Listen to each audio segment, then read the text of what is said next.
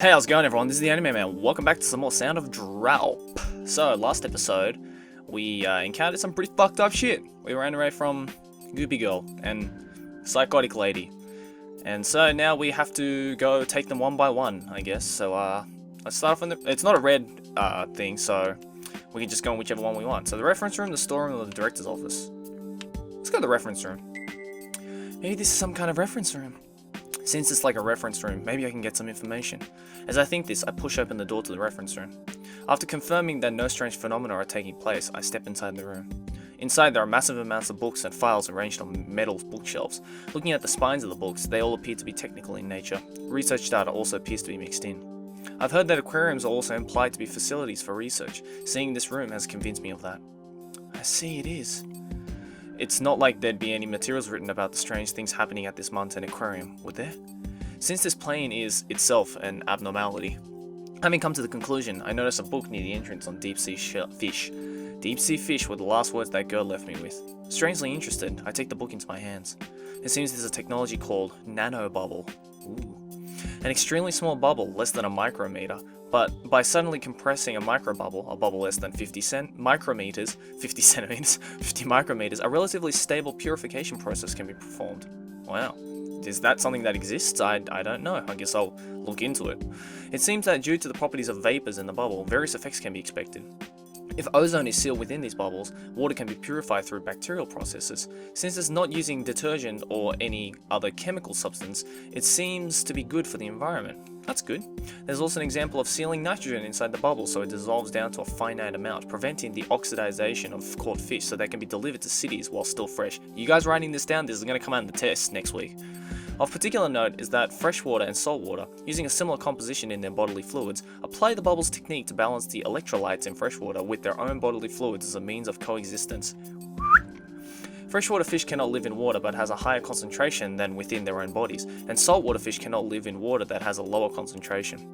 Furthermore, it seems the microscopic bubbles can stimulate activity at the cellular level. There are cases of the bubbles being used to cure the koi herpes virus, for example. Koi herpes? Koi can get herpes? Damn, sorry Koi. The deep sea fish booth at Mountain Aquarium seems to have been set up with this technique. Naturally, it would involve a cost incomparable to normal expenditures. In other words, it would take more money. The obvious downside that would have to be pressure for funds. This isn't the time for eating. Yeah, wow, I could have told you that 2 minutes ago. It's all very interesting, but it would be something better researched after I return to the real Mountain Aquarium with Himeno. I return the book to its original spot and leave the reference room behind. I have no choice. Okay, I have to go one by one. Alright, let's go storeroom. A storage room. Wonder what's in here. On sneaking a peek, there are hula hoops, bowls, and other things for use in the shows. I also caught sight of mops, vacuums, and other cleaning supplies. There seem to be few things of any use, such as books or documents. I close the door, leaving the strange storage room behind me. Okay. Director's office. This is the director's office. Yeah, I know. Like, we chose... You don't have to keep repeating yourself. I mumble while looking up at the words written on the sign above the door. This door's appearance differs greatly from the doors of the storeroom and the reference room, with red ornaments decorating it. Even if there had been no sign, I would have known this room belonged to someone important on first glance. The atmosphere from out here also seems to have a heavy air to it. It's as if I'm standing before the door of a school principal. If I don't go in and see, I really won't learn anything just staring in from out here. The obvious truth is that I already possess the courage to go through with this. Keeping an eye out for any phenomena while coming through the door, I push on the heavy door. The door makes a scuffing sound on the floor as I open it. Ooh, nice room. I like the laptop says Sio. Obviously Vio, but alright. Please excuse my intrusion. No need for excusing, like, you look like you're in the middle of the ocean. It looks like a fucking scene from Bioshock. It's as if anyone would be in here, but without thinking the world's come out. An elegant desk and chairs are situated at the center of the director's office, and bookshelves run along the walls without a gap in between. The main wall when looking from the entrance is a giant tank, made of translucent acrylic material. No one can argue that this room isn't also one of the aquarium's displays. The room is perfectly in order, giving me a sense of who the director is from the way their desk is. More than just neurotic, they don't seem to have left even one speck of dust. Oh my god. I almost barfed. Excuse me. There doesn't seem to be anything particularly strange, does there? Just as I mutter this, I notice a map on top of the desk. In this neat and tidy room, only the top of the desk appears to be a work in progress. This is... After moving aside a book that seems to be in use as a weight, I find a map of the aquarium. This one is different from the one I picked up back at the stage. The design seems older, and the publication date is from 5 years ago. 5 years ago? It's not as if I can ignore that number. It's when everything started for Mountain Aquarium, and for me. Inside the map, I discover one defining difference: the deep sea fish booth. That place that was closed down 5 years ago is recorded on this map. Could this be? It seems that the deep sea fish booth was just after coming out of the tunnel. However, it's strange. I've been to that area several times, but there's only a long wall. There's no trace of anything else. It seems that when it was closed down, they filled in the wall. It wasn't like that from the start. Questions rise within me as I consider this. If where I am now is 5 years in the past, then I should be able to go to the deep sea fish booth. This line. As I repeatedly look over the map, I spot one red line. The line extends from the deep sea fish booth all the way up to a circle at the top of the map where there is nothing else. The staff passageway connects to the deep sea fish booth. My ID seemingly confirmed, I nod without realizing it. The deep sea fish booth is the only place in this aquarium I haven't seen yet. Surely Mountain Aquarium's secrets will be there. Just a little further and I can finally reach it. This is... As I trace my finger along the map, I mentally position the booths in the aquarium on it. Come out of the tunnel tank and turn right, and the Fish of the World booth should be there. Go in a straight line immediately after turning left at the passageway behind it, then take another left and there's the director's office. In other words, if going straight through as the map says, this office is just past the tunnel tank, and between the tunnel tank and the director's office is situated the deep sea fish booth. Yeah, we found it. So then this room with the red circle is here? The director's office is directly connected to the deep sea fish booth. Since there's nothing written in the map's blank spaces, save for the red circle, I think it's safe to say it's the room I'm in right now. I stop looking at the map and begin to glare around the room. There is nothing but bookshelves along the walls, even though there should be something leading to the deep sea fish booth. The tank. Looking at the tank on the interior of the room, I mutter, surely there should be something within the tank. I can't swim through the tank and reach the deep sea fish booth. I'll have to look around the room again more thoroughly. Just as I was about to look around the room, I spot a picture frame on the desk. It is of two people standing side by side, but it has probably been stretched from its original resolution, making it hard to clearly distinguish the faces. However, they are familiar. As I'm exploring the desk, I discover something of a metal frame below it, about 50 centimeters all around. The parts and materials on the inside are different. On one side of it, I find a collapsible handle. This is... I put my hand on the thing that looks like a handle with the intent to pull it out. Stop. Huh? Without thinking, I look over my shoulder for the voice that seems to come from nowhere. That was just my imagination, right? Even if not just my imagination, it wouldn't be the first time here at Mountain Aquarium. As if mocking me as I try to find an explanation for it, the voice continues even louder with, "Stop it! I have to ignore it." If I want to get away from this voice, I have to keep going. I shut my eyes and pull harder. Oh god, what's happening? At the same time, the ground trembles with a clatter. I can hear the sound of the room creaking. I open my eyes and look at one of the legs on the desk. It's shaking. An earthquake? In a normal earthquake, I wouldn't just stay under the desk, but right now I choose not to. I poke my head out to check on the rest of the room. The bookshelves, everything on top of the desk. Even the water in the tank is shaking. I prepare myself for the possibility of the tank rupturing, but it is a needless worry. I become aware of one strange fact. This shaking isn't a natural phenomenon. Because the place where I am standing isn't shaking at all. Leave! As the voice echoes, the shaking of the furniture grows stronger. Still, that's the only thing. Leave! Now! The frequency of the voice echoing from out of nowhere is steadily increasing as well. I can't leave yet. Leave! What did I just say? I don't know if my words are getting through. As if in agreement, the vibration of the furniture grows more violent as the mysterious voice's strength increases. I will leave. I am leaving. But I'll only leave with Himeno. Instinctively, I give voice to my determination. I have no choice but to move on. I sit down once again and reach for the handle under the desk. At that moment, my body is suddenly flipped backwards. It's not that I tumbled on my own, but it felt more like I was pulled back by an invisible hand. I won't give up. I won't give up. Leave. No, I won't. Once more, my face is pushed close to the floor. My vision is concentrated on the small handle. My hand could easily reach it, but... My body is once again knocked back by this unknown force. It doesn't matter how many bad experiences I've had up to this point. Surely with just one more step, I can reach this unknown territory. What if there's nothing there? No, there has to be. This force trying to stop me is proof of that. Do it! Even if there's nothing there, I will leave here, together with Himeno. I'm no longer the me who knew nothing, but even if I had to drag him in or behind, I will find a safe way out and leave this place no matter what. So I absolutely must keep going! At that moment, there is a pulsation. It isn't my heartbeat, but the entire room pulsating with a loud thump. What? Is something else happening now? At that moment, the shaking of the furniture stops. In exchange, my own heart is pumping blood rapidly through my body with a ba-thump, ba-thump. Oh god. All the lights in the room go out, and it becomes pitch black. I use my hands to feel for the handle on the floor, but I can't seem to find it. Oh good! Oh good. It's like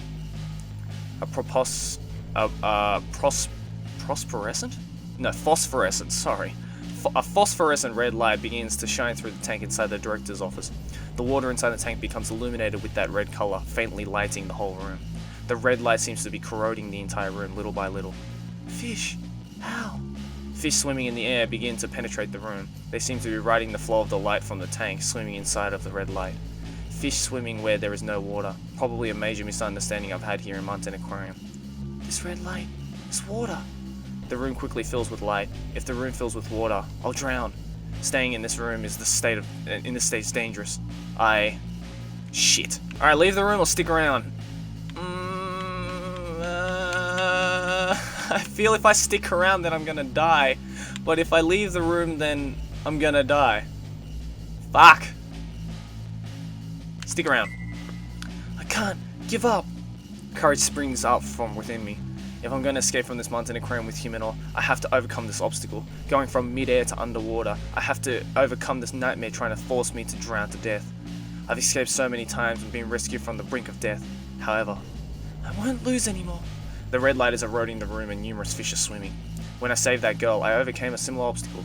By knowing something by chance about the creature's habitat, I was able to do something about the situation. However, I can't use the same method here. There are no machines, and there are too many varieties of fish for me to know about them. Moreover, I need to find a more basic solution. That girl, whose name I don't even know, she talked about a grudge.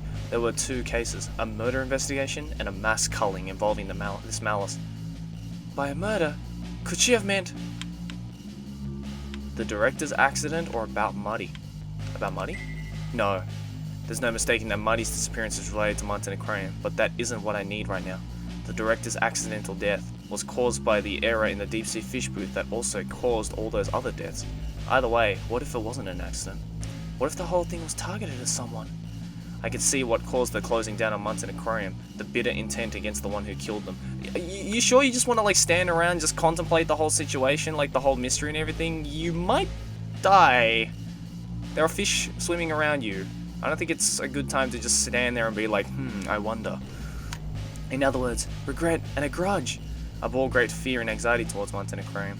But if my way of thinking is correct, then what I should be afraid of isn't the aquarium, but the deceased that have taken on its form. Maybe so. There are so many rumors though. Seeing a man's ghost in the tanks, the deep sea fish booth being open only on the day of the full moon, and that all the water changes into blood, or that you can hear crying from the back of the tanks. Himenor's words from that lunch break long ago all come back to me now. The director! You! As if agreeing with my conjecture, the red light grows more dense and it becomes hard for me to breathe. I don't have time. With just one more step, I should be able to overcome this phenomena. Fuck! Oh my god, 4 choices now? Reach on top of the desk, reach out for the bookshelf, reach for my pocket, reach for the door. What's in my pocket? Reach on top. Reach for my pocket. My own body has taken on buoyancy and is floating around. This entire room is now underwater. It doesn't have water in it, but is in water. As I try to control my wavering body, I search my pocket. My fingers feel something, and I pull it out. Oh, it's the cute little picture. It is a keychain with the starfish charm. A sticker photo is attached to the back. Director, if you can hear me, if you can, hear me from somewhere, watch this. A bubble as big as my mouth leaps out. The red bubble rises up through the interval between the air and the water. I cover my nose and mouth with my left hand and hoist the keychain up high. Ugh. My lungs are at their limits. The result of my defiance will be life or death. If my conviction is nothing more than a mistake, I die by suffocation. However... Oh god. Ugh. This is the last bit of air in my lungs. The last bit this little red bubble climbing to the heavens, along with my memories. The inside of my head is becoming murky. There isn't enough oxygen. I'll die. In just a matter of seconds, I will drown to death. Stop this, father! Do we do it? In time with the girl's voice, I feel the pain of my body crashing into the ground. Kya! With a thud, my butt begins to hurt. However, that pain is proof that the director's office has returned to normal. Without hesitation, I feel grateful for gravity. It's alright now, father. Sayo. Just like when I tried to open the floor, a voice echoes through the room. As I steady my breathing, I look around me and survey the room. As expected, I cannot find the source of the voice. I've heard this voice before. It is a voice I've heard many times in Mountain Aquarium, a hollow voice, one that projects well. This isn't a mistake, it's the voice of the girl, the one killed by Sagino Mareko. I take another look at the picture on the keychain in my hand. By father, do you mean that this is... It sounds like she must be his daughter. In other words, that girl was the daughter of the director. I fucking called it! Didn't I call it from like a few episodes ago? She is. So then, that's why. I realize that she is the daughter of the director whose murder was made to look accidental, which is why she has so tenaciously pursued the secrets of Mountain Aquarium. Makes sense, yep. Oh man, the director there has some pretty dead eyes. I mean, it makes sense, he's dead. But I mean, she should be too, so whatever. Along with surprise, I feel understanding. A blue light shines through the translucent tank. The ominous red light from earlier is no longer there. In the spaces between the blue light, I can see two silhouettes. Like images projected on a screen, they are a bit vague, but I can easily identify them. A middle-aged man and a girl. The two of them face each other in a pleasant manner. Sayo, you've gotten so big. That's what she said. The silhouette that appears to be the director says in a kind voice. I decide to watch the pair's conversation quietly for a bit as so not to interrupt. You're making such a big deal of it. More importantly, I found her, the criminal who killed you. Sayo, you. Sagino Mareko. I was killed by her as well, but after coming to Mountain Aquarium so many times, I was finally able to confirm it on my own, so I am more or less satisfied. Because of me, even you are. Sayo, Don't say any more. I have no regrets. If you keep going, all of my efforts will be in vain. I lived and died solely for my objective. Sayo says in a cool voice, talking about her objective even after her own death. What a tragic thing. Listening to Sayo's words, the director's mouth becomes a straight line as he looks down, holding back his regrets. Your face has changed so much in the last few hours. Me? Sayo shifts her gaze from the director to me. She turns her attention from the director and continues. The fact that you're not surprised to see a ghost really isn't normal, but I understand how you feel. Yeah, that's right. I suppose you could say I've gotten used to it. I wish I could have gotten to know your name. You never would tell me. It doesn't matter now, since I'm dead anyway. Well, thanks for ruining the fucking mood, bruh. Even now, Sayo talks like it's someone else's problem. The director at her side responds to the question about her name. Sakuragi Sayo. That's this girl's full name. I am Sakuragi Sayo's father and the director of Mountain Aquarium. So you're the director after all? It would probably be more accurate to say former. But it seems I lost my sense of reason for a long time. I wonder why it's only now that I've regained my senses. Lost his sense of reason, he says, as if that's no longer the case. Nevertheless, his story seems to substantiate the theory that Mountain Aquarium gives form to grudges. Having returned to his senses, no strange phenomena should take place. On the contrary, I could say that the earlier Poltergeist phenomenon the director caused would have also served as proof, but I don't see any need to blame him. Wasn't it seeing Sayo-chan that returned to you to your senses? Hey, stop adding Chan. I have a name too. I don't like it. And it's Sayo. I have a name too, Mayumi. So stop with the hey and you stuff. Wow, she's a bitch even after death. Sayo breathes an affected sigh, then continues talking. She looks listless, but somehow it seems like she's smiling. If your conjecture is right, Mayumi, then I'll probably be glad. Conjecture?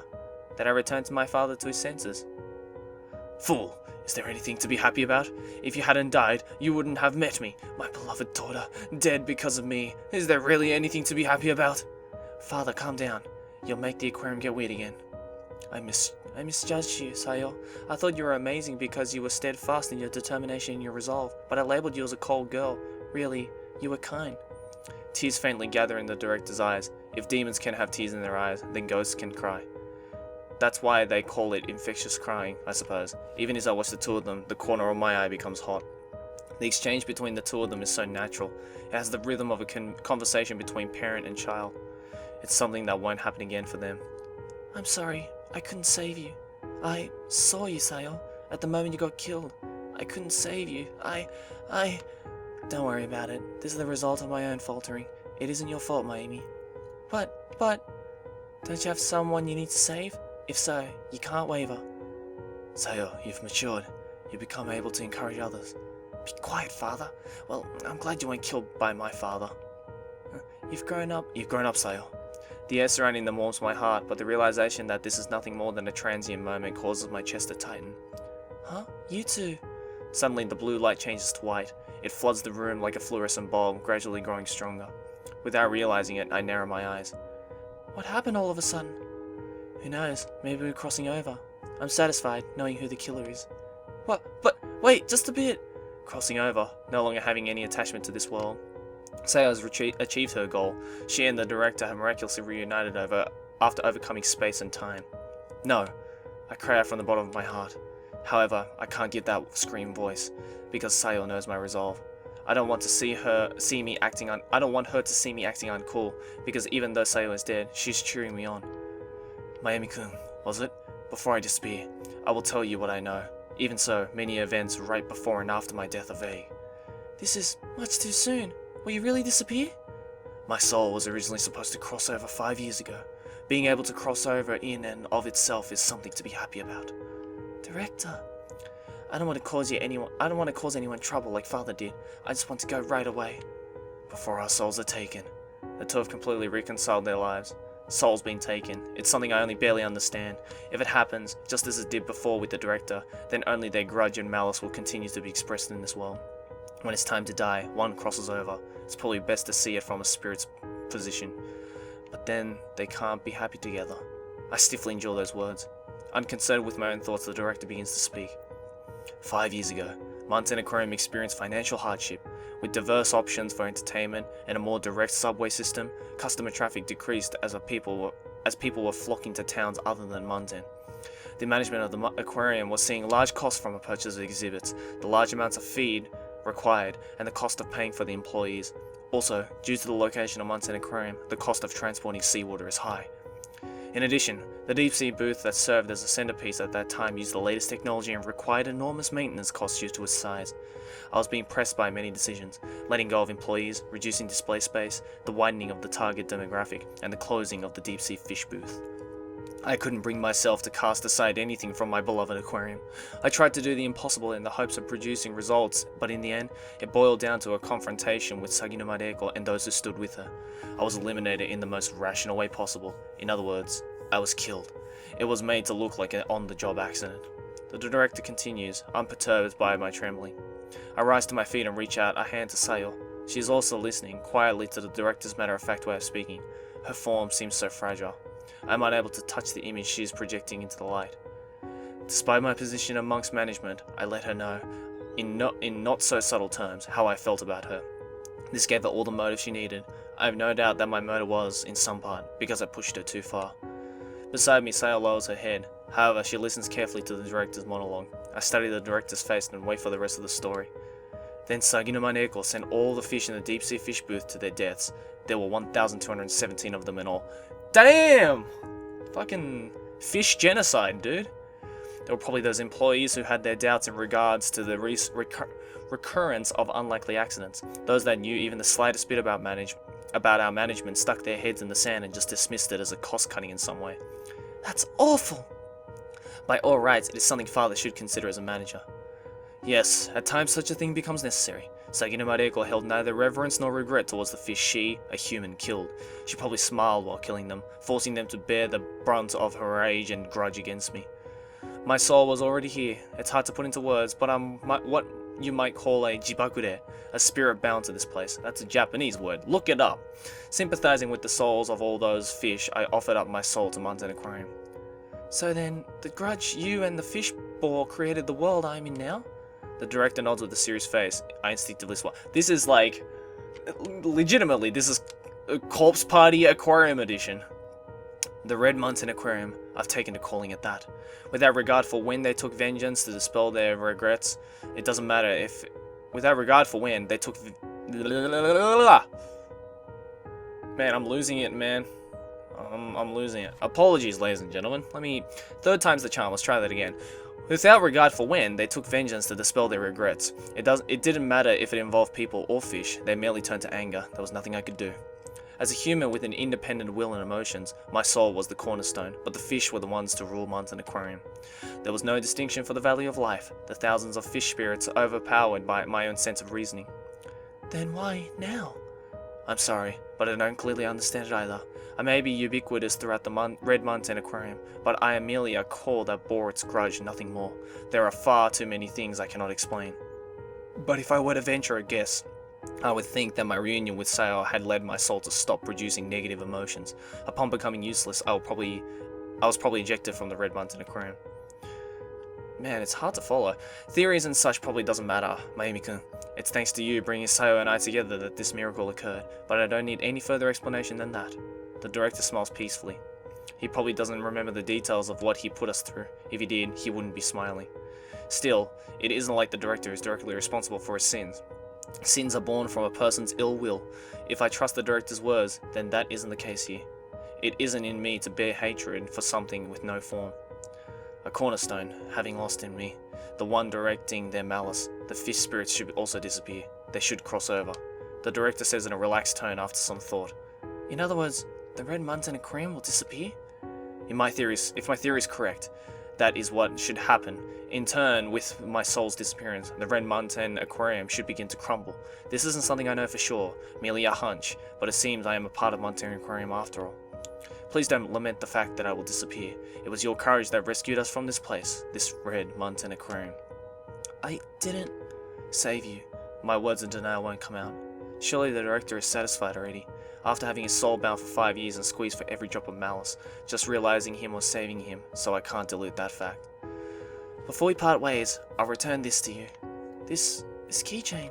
Sayo hands me a keychain. It is a droplet-shaped keychain, one with a jellyfish attached. It is unmistakably the keychain from my memories. Why, Sayo? You're running without watching where you were going, and you ran into me, don't you remember? When I was chasing Muddy, I ran into someone. That's right, Himeno picked it up in all the confusion. It was something incredibly precious to me. It never seemed like something someone could mistake. Even now, I still don't understand the mix-up. I finally realized that you had my keychain when I looked at it, and that the one I picked up was yours, Mayumi. Thank you. So it wasn't that Himeno lied. The mix-up was because there were two lookalikes. Ah, sucks to be Himeno. I hand the keychain with the starfish charm to Sayo. The father and the daughter smile at me from within the sticker picture. This piece of their lost past leaves my hands. As I hand it to her, I am unable to touch her. However, the treasure safely lands in Sayo's hand. Why didn't you tell me back then? Hope, probably. What do you mean? I won't say any more than that. I am about to respond, but Sayo speaks without giving me a chance. You know, I'm a bit jealous of that Himeno girl. Why? Think about it yourself. You're so mean. Sayo grips the keychain tightly and shuts her eyes. She takes a small breath, then nods. You walked a different path than I, Mayumi. Even now I think so. Yeah. Mayumi, what you've done is resolve yourself to save the both of you. I don't want to think that I'm wrong. However, you aren't wrong either, Mayumi. The world is a place with few answers. Sayo laughs with a then smiles. This seems out of character for her. But Sayo's smile is very natural. Surely this is this girl's true nature. Nah, the cool Sayo I spoke with first is the real deal. Just as Sayo said, there's no perfect answer anywhere. Regardless of the director's choices, there were none that could have led to a perfect solution. Even so, we all must choose, even if it means casting aside that which we don't choose. I wasn't able to be like you. I was filled with a weakness I couldn't account for. Sayo, you aren't weak at all. You saved me. Her eyes closed. Sayo shakes her head. Mayumi, you have strength that I don't. You won't fall apart at the truth. You will save Himeno, no matter what. Thank you. I'm sorry, in the end... Hey. Huh? Nah, nothing. I don't care for stubbornness after all. The light surrounding Sayo grows far brighter than the light surrounding the director. Gradually, Sayo's silhouette grows dim. I understand. This is the light of Sayo's life. Bye-bye. Yes, bye-bye. I won't say see you later or anything. If you find your way here after 100 years, I'll just turn you away. There's no way I could live that long. I'm unable to stop my emotions from overflowing. The drops of light spilling over melt into the even stronger light. It's the same for Sayo. She will probably get mad if I say so, so I won't, but... Well, Father, I'll go on ahead. This time, you can follow me. Essentially, it's decided. Sayo is my friend now, so as much as I continue to struggle, I won't break so easily. No.